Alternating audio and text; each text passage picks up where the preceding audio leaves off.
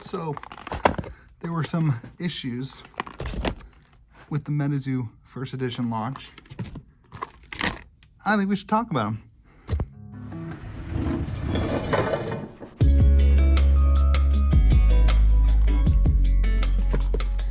Well, what is up, everyone? Welcome back to Kitchen Table TCG. My name is Louie. Today I am packing the orders from my Metazoo bundle. Check out this. We had an amazing 2-player playmat that is for the channel. It's awesome. It's gonna be amazing. It's in the bundle. We had 5 decks. We had 2 of these now $60, $50 blitz, or what are they? Not blitz, little blister packs, booster box in there, spell book, the whole kind of Metazoo thing for you to learn how to play. It's a player's bundle. That's the idea. It's a 2-player play mat. It's pretty cool. It's sold out. Don't worry about it. This is not pumping anything. I have no more Metazoo to sell you. It's not pumping. I want to talk a little bit about the first edition Metazoo release. It was rocky, but it was good. I think it's, at the end of the day, I think Mike from Metazoo probably learned a lot of stuff that he will be able to put into the next set, which is Nightfall, which I'm thinking we might be able to do another bigger bundle too. So should be a lot of fun. Let's talk about it. Let's talk about Metazoo. First off, the biggest issue I think that happened, that I tend to hear people complain about, is that the boxes got damaged. And this is a big issue. Essentially what happened is they shipped the boxes in cases of 18. And so some of the boxes on the bottom, this is not a great example, honestly. This is actually pretty good. Some of the boxes on the bottom of the case, they just got kind of smushed. Some of the boxes had some cornering issues. They were shipped from Japan or China or somewhere, I don't know.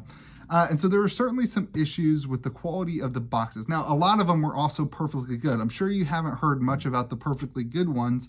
I'm sure you've only heard about the negative ones. I would say in my batch, I would say about 70% were pretty acceptable. Maybe 25 to 30% were, you know, I wouldn't call them acceptable to receive.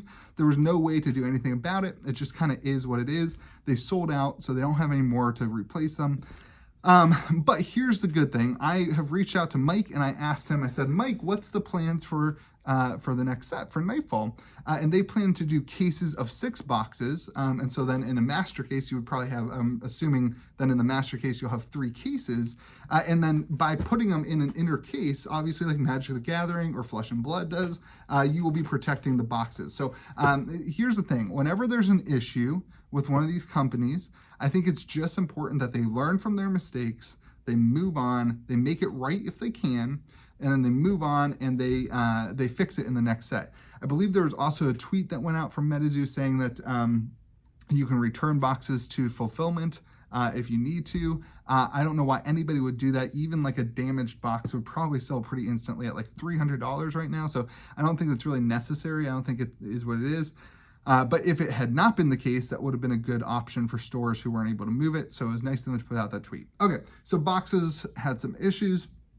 The second issue that I think some people ran into, or some stores ran into, I actually ran into this myself, not receiving all the product. And so, you know, I think this is one of those things where Golden is a different distribution, different distributor. Potentially, they were overworked. They had more, you know, more stuff went through than they thought, and they made some mistakes, right? And like, I didn't get all my, like, I just got these boxes in of the decks. These are all the decks, right? I just got these boxes in. And it took a long time, but like, here's the thing, I got my boxes, like Mike, or my decks, Mike makes sure of that. Like, I reached out to Golden, they handled the problem. They sent it to me, you know, that's why my bundles were delayed. George was making fun of me on the podcast last week. My bundles were delayed because I didn't have the decks to put in the bundles. But here's the thing, the communication the whole time through was phenomenal. And so as a store, I knew that I was going to be able to get my decks, and I was able to communicate to my patrons and to the people in my local community that, hey, look, like, these are coming. This is the ship date. I'll have them on Tuesday. They came here, they got here on Tuesday. I'm getting them packed up. They're gonna be out the door today on Tuesday. You should get a tracking number.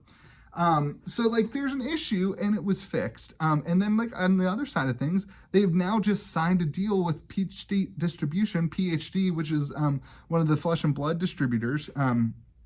And it's one that I like. They handle the smaller accounts, not the bigger accounts, so that's super good. I think that's super smart. It's working with local game stores that are just like my store, small little store.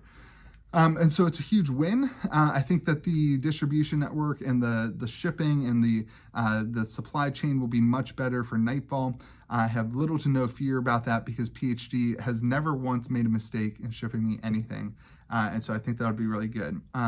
Again, there's mistakes. Things didn't go super well. Nothing is perfect. It didn't go super well. But here we are, and things have been fixed. And I've seen some other stores where they're still waiting on stuff. I can only speak on my, what's going on with my stuff.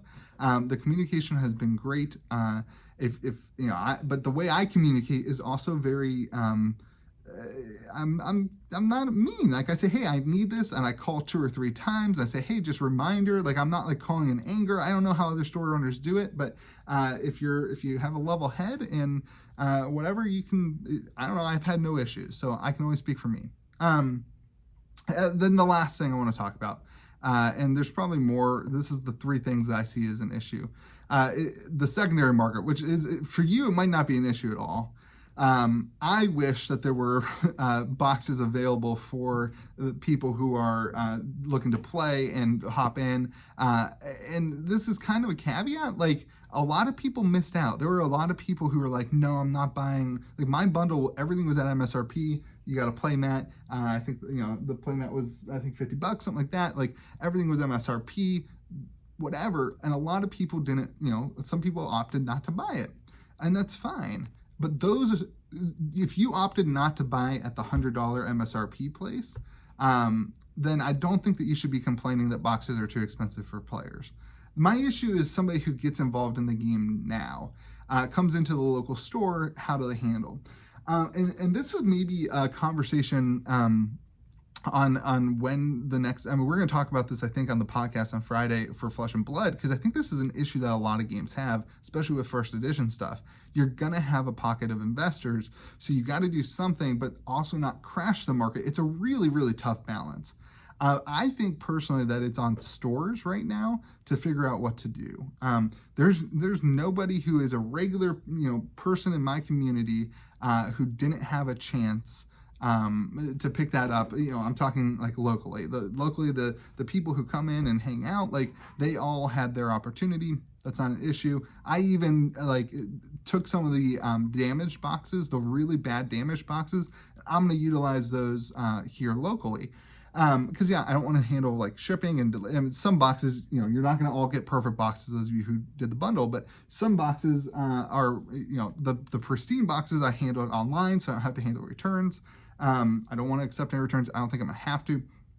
But the other ones I'm utilizing here locally, and I gave myself like a 10 to 15% wiggle room on the bundles. I didn't just sell my product. I made sure to keep some for that, purpose, that understanding not everything always goes right. So I think for that, I have to say, hopefully second edition comes out sooner than later. Hopefully Nightfall, I think Nightfall's release date is in October. So hopefully they can pull that off and don't sleep on that. I'm hoping that we are able to provide more bundles than last time. I think we had bundles for, just over 15-20% of the patrons.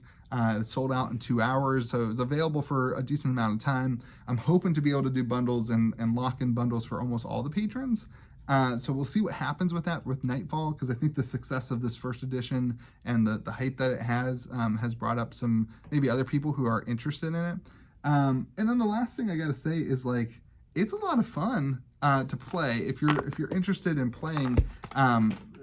It's like a mixture of Magic the Gathering and Pokemon and Yu-Gi-Oh! A little bit. The Yu-Gi-Oh! Thing's not as much there, but with this added element of creativity. And this is what I love. On the channel, I'm going to focus on Flesh and Blood. I'm going to focus really hard, obviously, on the secondary market, which is what I do, and really hard on gameplay, a lot of fun, learning deck archetypes and whatever. In Metazoo, and I know there's more competitive side of Metazoo too, but I see the creativity part of this as I want to play a game with my friend Robbie and build a volcano and like have it erupting on the side, and like that affects the game. And like that can be a lot of fun. It can be fun for content creators. It can be fun for LGSs to do like a Friday night where it's like, hey, we're gonna have volcanoes and fake snow falling. And you have a bunch of like, there's things that the LGS can do that they can't do in other card games. You can't do that in Magic the Gathering. It doesn't affect the cards. You can't do that in Flesh and Blood. It's a competitive scene. You can do that kind of fun stuff with Metazoo. And this is like where I get excited, is because Kitchen Table TCG, at the kitchen table, you can do some fun things that are different. I know Metazoo and Mike, they see an avenue for the more competitive organized play scene, and that's great. And I'm all for that for them. But for me, like, this is where I see this kind of fun side of my channel where I can do something different that I'm not already doing with Flesh and Blood. Then also, I mean, I'm just able to get to do bundles. They're willing to do bundles and work with me, so like that's a lot of fun. And so hopefully we can come up with something for Nightfall. No promises, no guarantees. Still, you know, all working and things out. I'm not saying that that's going to be an official thing, but I am working hard behind the scenes to try to provide that for. And we're going MSRP straight over the board. Nothing. We'll do a playmat or something with it too. But anyway, hope you guys have a great day. I wanted to highlight some of those things that didn't go well with the Metazoo first edition launch, but focus on the fact that like it appears that Mike has heard those criticisms from the community and is working to make things better for this next set, and I really respect that. Anyway, hope you guys have a great day. Remember, be kind to the people around you, and we'll see you again later.